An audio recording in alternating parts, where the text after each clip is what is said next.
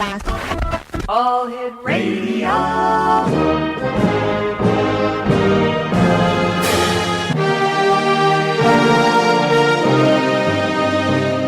Welcome to the X Zone, a place where fact is fiction and fiction is reality. Now, here's your host, Rob McConnell.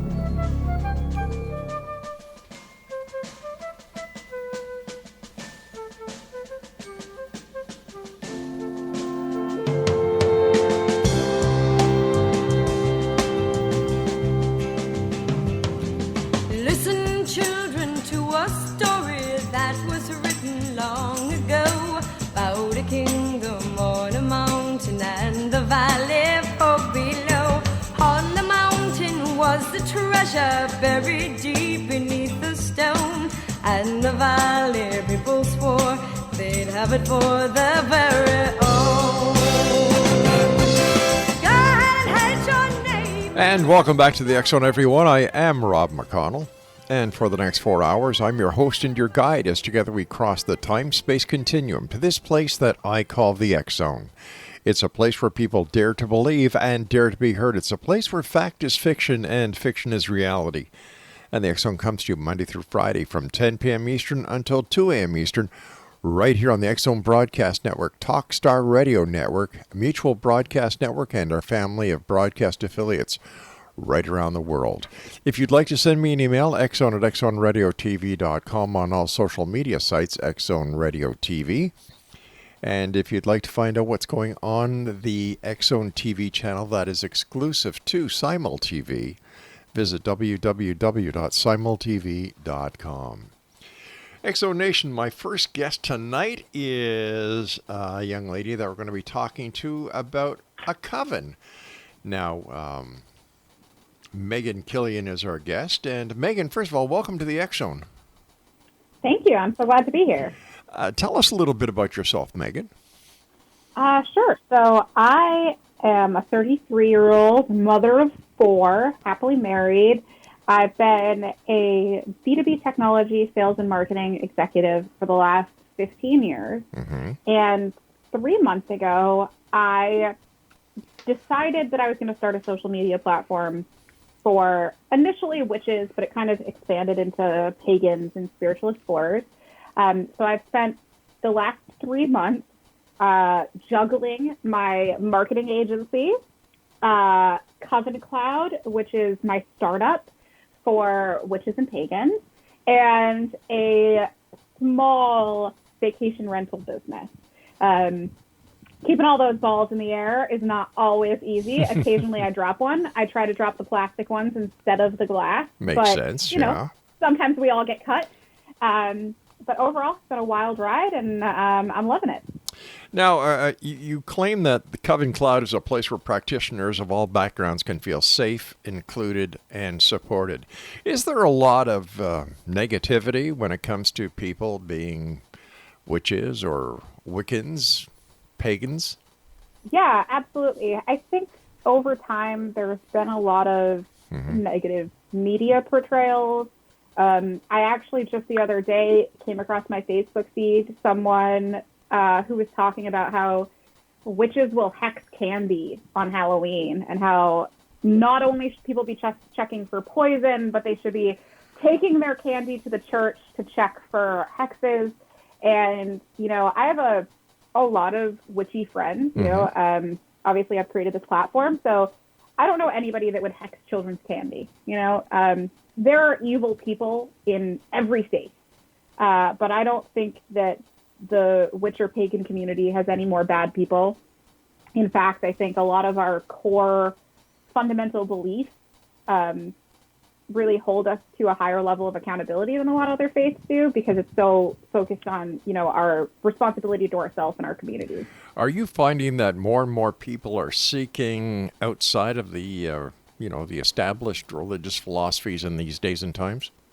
Oh, 100%. I think we've all felt a massive societal shift lately. It's kind of impossible to deny that. And I think especially my generation, so millennials and Gen Z, have a fundamental dislike for the patriarchy, if you will. And more and more people are straying away from those Abrahamic religions that have a lot of patriarchal concepts involved in them, and they want to find their own path. More and more people are straying away from organized religion to instead explore all that the world has to offer. Well, what is the difference between paganism, witchcraft, and, let's say, Christianity? A lot of it, honestly, is terminology. Okay. You know, Christians use words like God with a capital G and angels and archangels and saints, right? And in paganism and witchcraft, you often have deities or gods, and we might have Mother Earth or Gaia, or we might use terms like gods and demigods and guides and spiritual advisors. And so a lot of it is disagreeing on what we call things, right? We have Samhain or the Day of the Dead, and Christians might have All Hallows Eve. We have Beltane. We have Yule. And Christians might have Christmas. Yeah. And so I think a lot of it is fundamentally the terminology. And then underneath that, you know, paganism goes back as far as we have records. Christianity is actually a very young religion. Yes, it is, yeah. And so a lot of the things that Christians practice are things that were taken from, you know, pagan faith bases. And we all do that, right? We beg, borrow, and steal from one another when it comes to building our faiths. And I think some of us are just a little bit more honest and transparent about that than others. You know, like when I talk about my faith and my spirituality, I talk about picking and choosing things. You know, like I have a lot of Buddhist fundamental beliefs. I have some Taoist beliefs, some things that align with Christianity, some that don't. Things that come from Wicca and witchcraft. I don't identify as Wiccan, but I, you know, picked a lot of things up from them. A lot of different cultures, versions of paganism. And I think historically Christianity has not done a good job of just acknowledging when they're taking something from another culture. You know, we look at the Christmas tree. That is a pagan ritual, is it not? As well as the Yule log. Now, there's a real good one. Yeah. You Absolutely. Those are both, you know, pagan rituals. If you look at like the Easter bunny, looking for Easter eggs, those are all very much associated with like a spring equinox celebration. So why do you think that there's such a negative spin on Wiccans and pagans? Is it just Hollywood, or have the established religions also had their little hand in the negative media and the downing of paganism and Wicca? I think it's much more political than many of us want to acknowledge. So if we look at history, religion is so deeply tied to state power and the power of government. And the majority of empirical governments want a unified, obedient group of people, right? So as power shifted throughout Europe and spread throughout the rest of the world, they wanted to unify a religion. And we look at, if we use like the lion's den as an example here, and you look at ancient Rome and you see, you know, early days, pagans were throwing Christians into the lion's den because that was the minority religion. And the people in power in government were not Christian. And then you look at, you know, Constantine and the religious shifts that happened in the Roman Empire and throughout Europe and the Middle East at that time, and suddenly it's pagans in the lion's den. Those who worship the old gods, those that were polytheists. And so it's really all about substantiating your power by getting rid of people who disagree with you. And I really hope that we are coming to a point in our society where we begin to acknowledge that we don't have to agree with people to respect them. That's right. And we do not have to share the same opinion or belief in order to be one people. How true. The times are changing. And one thing that we can all agree on is that the religious philosophies have not kept up with the times.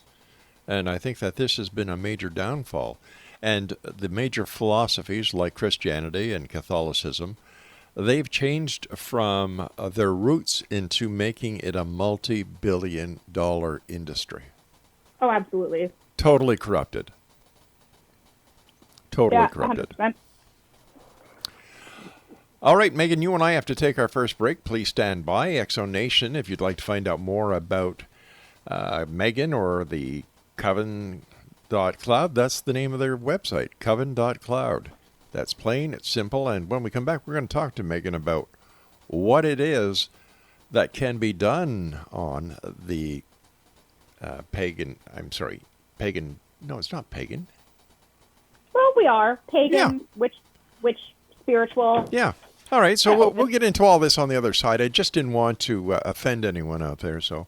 We're trying to figure that out, too. Okay, stand by, Megan. You and I will be back. Whatever you do, don't go away. This is the X Zone. I am Rob McConnell. We're coming to you from our broadcast center and studios in Crystal Beach, Ontario, Canada. Don't go away.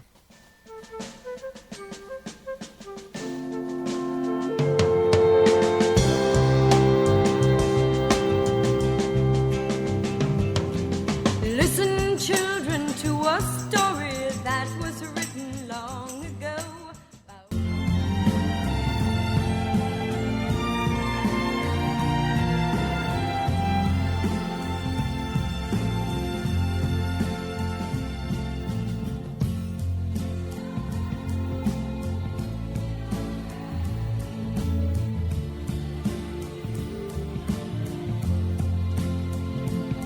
And there's nothing in the world that I would rather see than your smile, my love.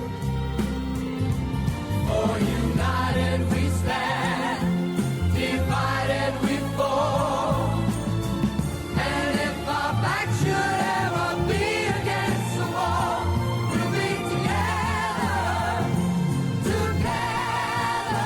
you and I. Megan Killion is our special guest this hour. Her website is coven.cloud. And Megan, what was it that brought you into paganism or Wicca or witchcraft? So I felt called to magic my entire life. When I was a small child, I used to have visions, the most notable of which happened when I was about 4 years old. And my parents had a really close friend named June. And it was like the middle of the night, 1 a.m., and I was screaming upset at my parents, like, you have to go check on June right now. It has to happen. And my parents were trying to put their child back to bed, like, no, quiet, go to sleep. And I wouldn't calm down about it. So my dad went over to check on her, and she was passed out at the foot of her stairs. And she had breast cancer. And my dad took her to the hospital that night, and the doctor in the ER told her that if he'd waited, if she hadn't come in that night, they wouldn't have been able to take action fast enough. And she went into remission, and she got another 5 or 6 years. That's wonderful. Out of that. Yeah. And I had a couple more, through into high school when I got really overwhelmed with the whole thing. I was really empathetic to people, so that their feelings really rubbed off on me. I'm also neurodivergent, so some of that comes from the over-awareness of other people comes with autism, because I'm looking for people's cues all the time. But I kind of turned it off for a while. Both my parents were very, very Christian. I grew up in a Methodist church. I have a lot of religious trauma, but it's not from the I grew up in a good church. It just wasn't for me. And so I kind of just, for a lot of years, I identified as spiritual but not religious, Unitarian, agnostic. And 3 years ago, my mom passed away of lung cancer metastasized to her brain. And then a little less than a year later, my dad passed away. His diabetes got too hard to manage. And honestly, like, he was kind of over it.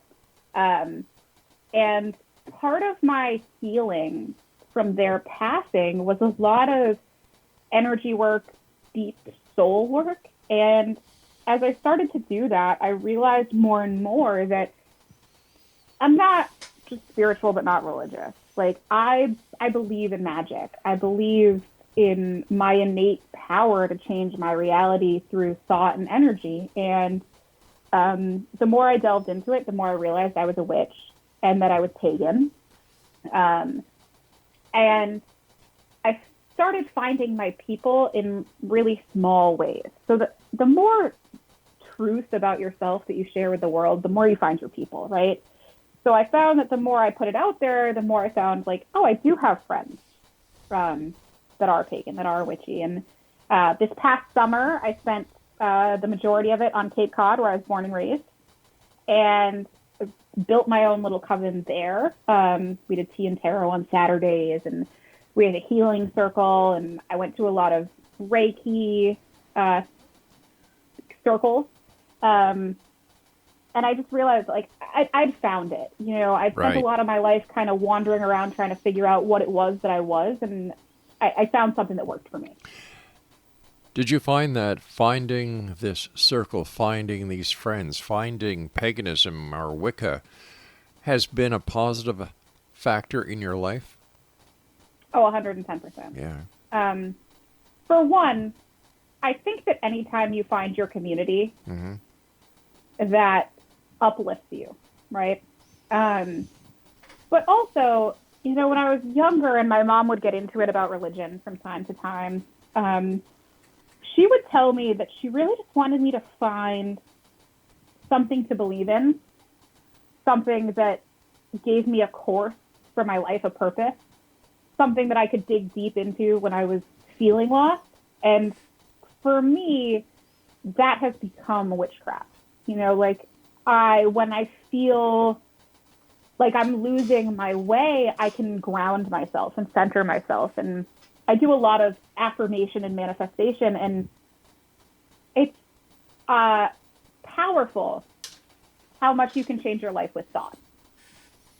How do you deal with negativity from people who really have no idea what paganism is or what Wicca is, and they base their opinions on movies that are, in my opinion, very detrimental to pagans and Wiccans? Because I have a lot of respect for pagans and Wiccans. You know, I understand the deepness of it. I understand their commitment. I understand that they're loving and peaceful people. Yeah, so for one, I've been a registered libertarian for like 10 years. So I'm used to it, right? And I've learned that you have to differentiate between people who are willfully ignorant, who want to be hateful. Those people are not worth your time. They're never going to be worth your time. Ignore them, block them, move on with your life. There's no block button in real life, but, you know, you move yourself as far away from those people as you can. And then there are people who are the true definition of ignorant. You know, like, they just don't know any better. Those people are worth educating. It's worth having a conversation with them and explaining what this is. You know, I don't have green skin. I don't eat children. I'm not hexing anybody. I'm a peaceful practitioner. I'm a positive practitioner. So I only breathe positivity into the world. I purposefully keep negativity out of my craft. And also understanding that, like, so Wicca is a defined religion, and you can read about it. And I think you'll see that it's not a hateful thing. I'm not Wiccan. I identify as a witch, but not Wiccan. And what's the difference between Wiccan and witch then? So a Wiccan is a very specific religion. It's like the difference between, say, like a Christian and someone who believes in God. Okay. right? So a witch is someone who practices magic, and a Wiccan is somebody who follows a very specific religion. Gotcha. So what kind of magic does a witch actually perform? Oh man, it runs the gambit, right? You have people who practice exclusively sex magic. You have people who practice, energy work. There's Reiki. Many people consider that a form of witchcraft. Others don't. You've got, a lot of, I do a ton of manifestation, right? Which is, it's just pushing my energy in a way. And I would say that you can very closely compare manifestation and prayer, right? And then you've got people who do spell work, and there's a lot of different kinds of spell work. There are kitchen witches who do a lot of like simmer pots and various forms of herbal remedies. You have kind of the apothecary type of witch who's very in touch with, our ancient roots in medicine. You have people who do spell work for others. There's so many different kinds of spells out there and kinds of witches. You've got chaos witches and gray witches and white witches, and the list goes on and on and on. We have a blog post about that over at Coven Cod if anybody wants to check it out. I think it's called 10 Types of Witches You May Not Have Heard of. But overall, I think nothing, if you can imagine it, you can do it, really. Yeah. The old saying, if you confess it, you will possess it as well. The mantras. Yeah, exactly. Do you find that a spell depends on the belief of the person that is requesting the spell? Oh, so definitely. We talk a lot inside of Coven Cloud in our team meetings about ethical magic practices. And inside of that is that in order for a spell to work properly, we strongly believe that the recipient has to be open to receiving it. Additionally, my belief system is that magic is all about intent. Your heart and soul have to be in it. Yeah. It's not just saying the words, it's believing them, it's having the intent behind them, and also it's action. So my dad had this sort of story when I was growing up about a man who prayed to God every day to win the lottery. All right. Why don't we do this? Why don't we hold on to the story that your dad told you, because we're coming up to our news break at the bottom of the hour. So, absolutely. All right, Megan, thanks so much for joining us tonight. Exonation, Megan Killion is our special guest this hour. Her website, coven.cloud. It's plain, it's simple, coven.cloud. And we'll both be back on the other side of this commercial break with the news as we continue here in the X Zone from our broadcast center and studios at Crystal Beach, Ontario, Canada. I'm Rob McConnell. Don't go away.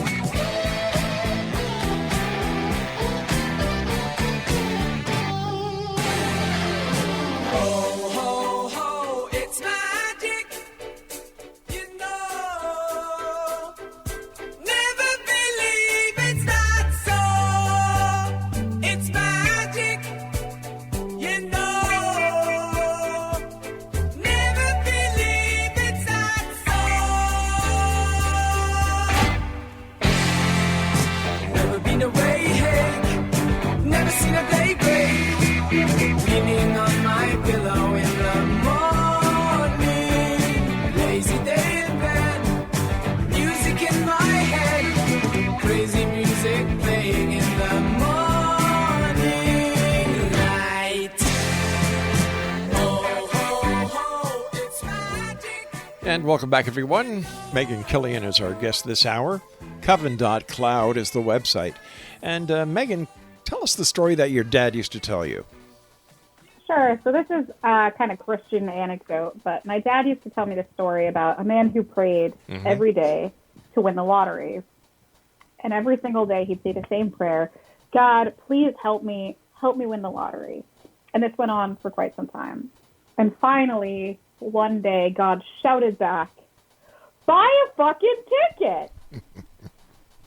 And that is, that's how witchcraft works, right? You can't just hope.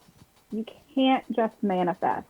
A while ago, I took a class on magical manifestation. And one of the recommendations that the teacher or coach in that class had was that we, instead of saying, I manifest, saying, I commit to.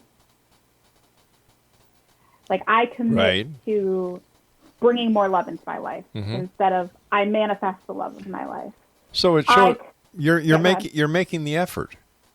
Yes, exactly. Yeah. You have to put the work in. Yeah. No matter what your faith is, no matter how powerful or gifted you might be as a witch, you have to do the work.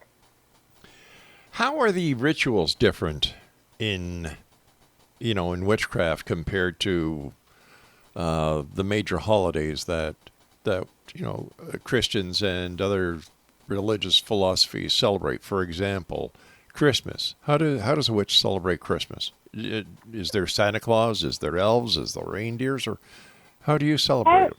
Everybody's a little bit different in how they kind of bring everything together. So, like I said, I have 4 kids. Right. Whether I tell them about Santa or not, that is a ridiculously widespread notion, and I'm not going to steal my kids' childhood from them for my faith base. So, both my husband and I were raised Christian. Right. We celebrate like a Yule Christian Christmas kind of mix-up. We don't talk about Jesus or any of that. We have a Christmas tree. We have a Yule log. We celebrate it as a seasonal equinox, which there are 4 equinoxes in the year. So we celebrate an equinox then. And we are big fans of the 25 days of Christmas here. So we do Advent calendars. We just kind of we don't push on the religious aspect of the holiday, but we still do a lot of the common bits. In terms of rituals, my coven is very focused on moon, the power of the moon. Hecate is one of the goddesses that we work with. So, we did a full moon ritual on the 21st of October. That was a pretty big celebration for us because we got to all be in person. I was up north, which is where my physical coven is. And then we did, and actually our Samhain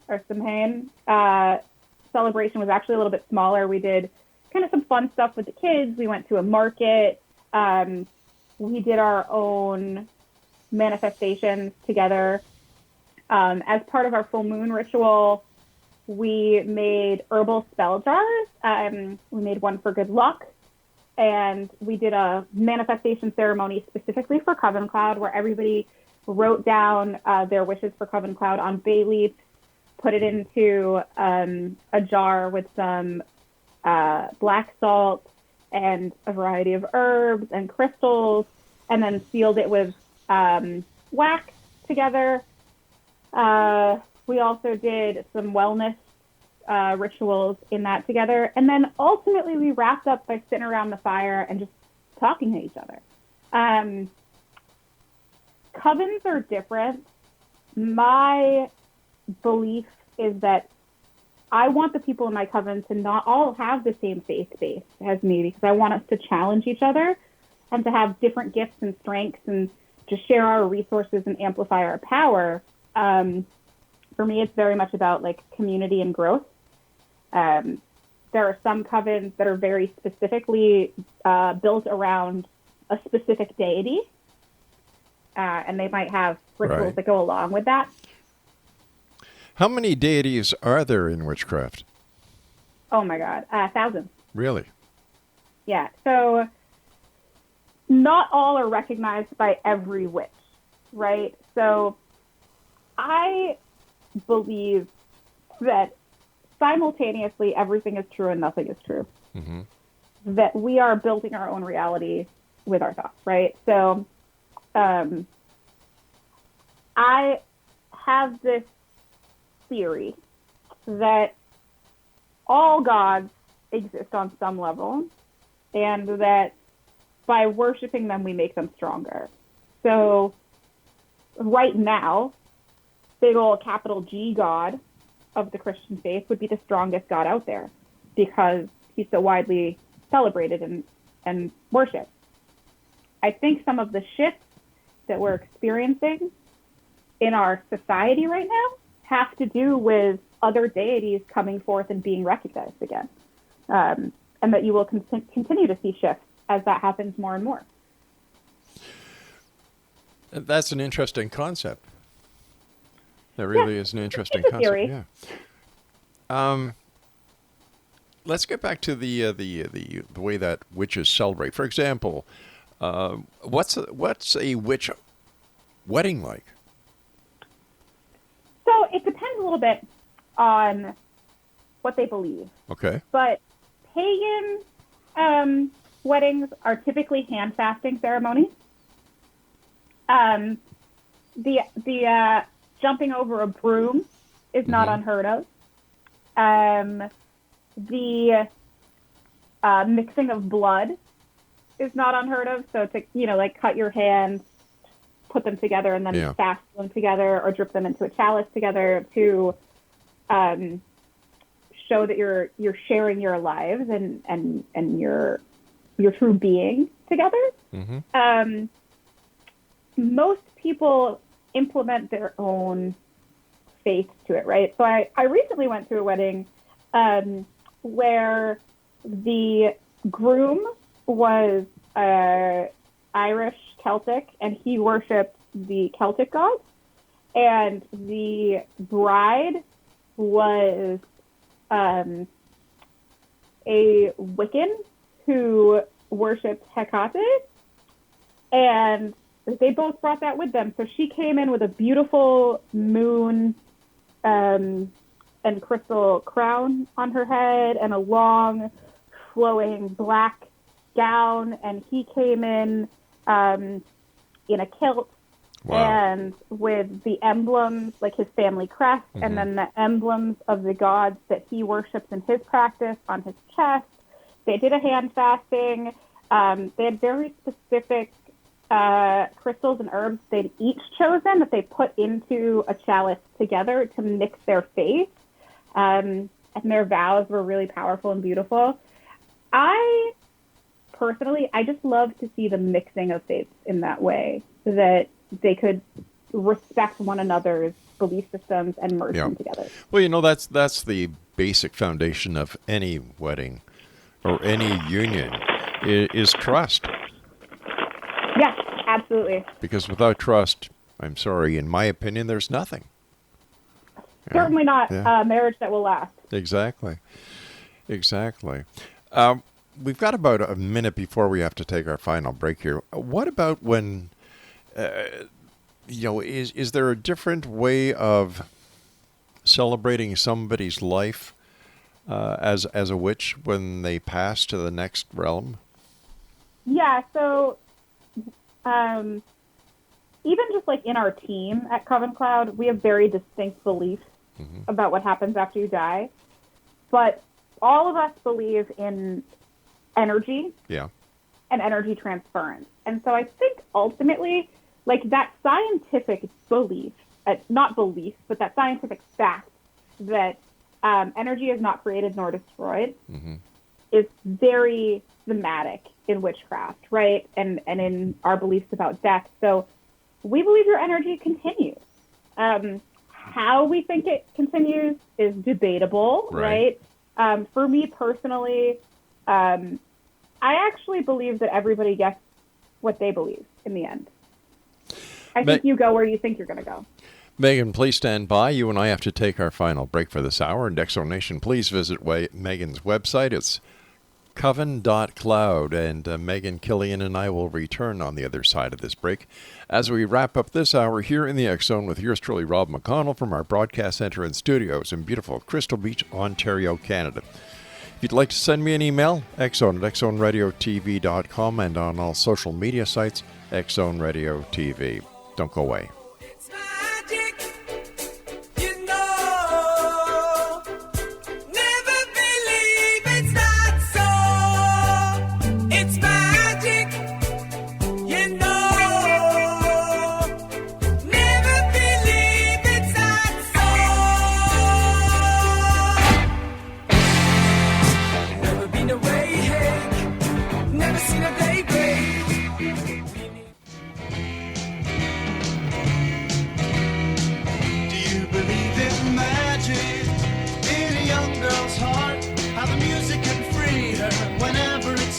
And it's magic if the music is groovy and makes you feel happy like an old-time movie. I'll tell you about the magic and to free your soul, but it's like trying to tell a stranger about a rock and roll. If you believe in magic, don't bother to choose if it's jug band music or rhythm and blues. Just go and listen. It'll start with a smile that won't wipe off your face, no matter how hard you try. And welcome back to X Zone Nation. Just a reminder that if you'd like to find out what is on the X Zone TV channel on Simul TV, visit www.simultv.com. Megan Killion is our guest. Her website is coven.cloud. First of all, Megan, thanks so much for coming on the show tonight. It's a great pleasure talking to you, and thank you for enlightening us and many of our listeners who, for the first time, are joining us tonight, thanks to an increase in our listeners on affiliates, who are learning so much from you about witchcraft. So thank you. Well, thank you for having me. So tell us about your coven.cloud. Sure. So Coven Cloud is a social media platform built for pagans by pagans. And currently you can log in, you can find a coven or create your own. You can post, you can choose to post to yourself, to your friends, to your coven, or to the platform overall. We have the ability to share music, share videos, upload documents, chat. We got some other things coming. We've got a seller platform and an e-learning platform in the works.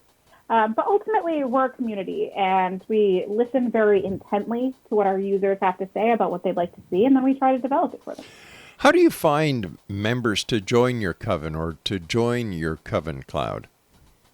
So it's been a very interesting experience because initially I built Coven Cloud for me, right? I was coming back to Florida from the Cape. I didn't want to leave behind my coven. I wanted to create us digitally, so I did that. And then as soon as I shared that, people came out of the woodwork excited and wanting to join. And then a couple weeks into it, a friend of mine introduced me to her good friend who had done a successful Kickstarter. And he said, I think it's a great idea. I think you should try. And then as of October 20th, we were fully funded. We raised $4,000 on Kickstarter, which helped repay my investment and gave us some time to figure out the monetization of the platform. We have a very strong core value that we want it to always be free to use and be backed by supporters and ads. And have like a tier you can buy to not have ads, right? A premium. And so we've grown organically, and it's felt like magic, to be honest, because we grow anywhere from 5 to 15% daily, which at last check, we had about 500 users actively using the platform. And that means, tomorrow we will likely have 545.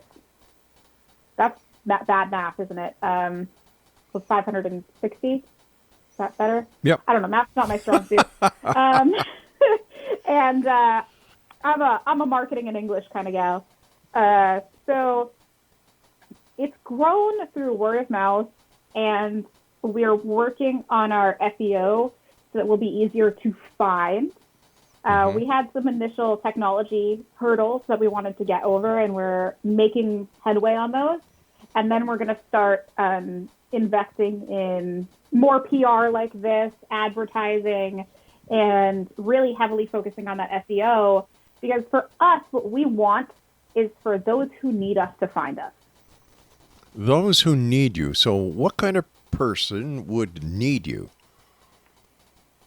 Someone who is lost, who feels ostracized from the people that they considered to be supporters, someone who's dealt with religious persecution. We have a pretty strong theme internally. We're a team of 15, and we're pretty much neurodivergent queer people. Most of us have a heaping helping of trauma in our background. Right.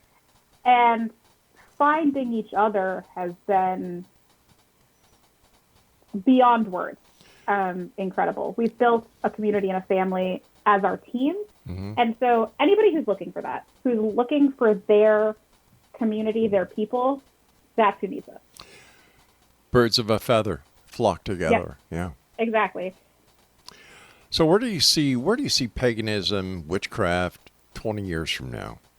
Is it still going to have the negative connotation that it has today, or do you think that as the established theologies fall by the wayside and that people continue to look towards paganism, witchcraft as their home, that it might be possible where Wiccans, witchcraft, and paganism could actually take over the numbers and the lead on the established philosophies? So there is this cycle that I really want to break.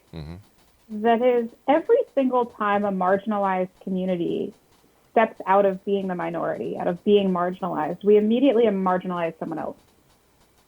You can see this a lot with the extreme feminism. That, we finally got our seat at the table, and now what we're going to do with that is now we're going to subjugate men. And you can see that with some of the moves that BIPOC people are making. It is not my hope or goal to outpace Christianity or take over. I hope that the future of paganism and that the future of faith and religion entirely is one where we just learn that it is a personal path that we walk. All of us. And that we learn to respect one another's path. It's about time that we learn this. You'd think by now, after all these years of the fighting, the turmoil, the crusades and the black marks throughout history, that we would have got the message by now that, hey, we're all together on this little blue planet that is in the middle of, what do we call it? The universe. The Milky Way. Yeah. Yeah. So trauma begets trauma. Pain begets pain. And it is my hope that we learn to heal our ancestral trauma in ourselves to foster a better future. What are your final thoughts, and what message would you like to get to the members of the Exo Nation tonight? That no matter how marginalized you may feel, no matter how much of an outsider you are, your people are waiting for you somewhere. And if you feel marginalized because of your faith, because you're spiritually exploring, I hope that you will come find us on Coven Cloud. But if it's because of something else, find your people and don't allow yourself to feel alone, because you're not. Can non-Christians and Christians come to Coven Cloud? Yes. Christians are welcome on Coven Cloud as long as they are not trying to convert anyone and they aren't preaching anything as the truth or the only way. Have you had that experience? We have multiple Christians on Coven Cloud. No. I mean those who try to join or go just to one. That tried to convert. Just one. Really? Yeah. And we swiftly got rid of it. Good for you. All right, now if people would like to contact you and find out more about witchcraft, paganism, or if they're looking for you to talk to after hearing tonight, and they are saying, hey, listen, I'd really like to contact Megan because she resonates with me. How can they do that? I can be found on just about any social media on the planet. I go by the handles either a Vehement Hush, Vehement, or Megan Killion. Coven Cloud is also pretty much everywhere social media exists. So you can find us as Coven Cloud. And if you message and say, I'm looking for Megan, I will respond. And you can always email me at megan@coven.cloud. And I love hearing from people and answering questions. And if I don't know the answer, I will get you to someone who does. Megan, great pleasure talking to you. Continued success. And I look forward to the next time you and I meet here in the X Zone. Yeah, absolutely. Thank you so much for having me. My great pleasure. Have a nice night. You too. Bye-bye now. And X Zone Nation, if you'd like to find out more about Megan, once again, the website address is coven.cloud. That's coven.cloud. Now, I'll be back on the other side of this commercial break with the news as we continue here in the X Zone from our broadcast center and studios in Crystal Beach, Ontario, Canada.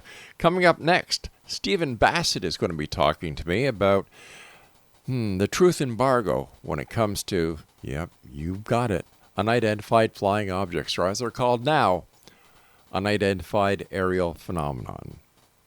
If you'd like to send me an email, xzone at xzoneradiotv.com on all social media sites, Xzone Radio TV. And don't forget to find out what is going on in, or I should say on the Xzone TV channel, visit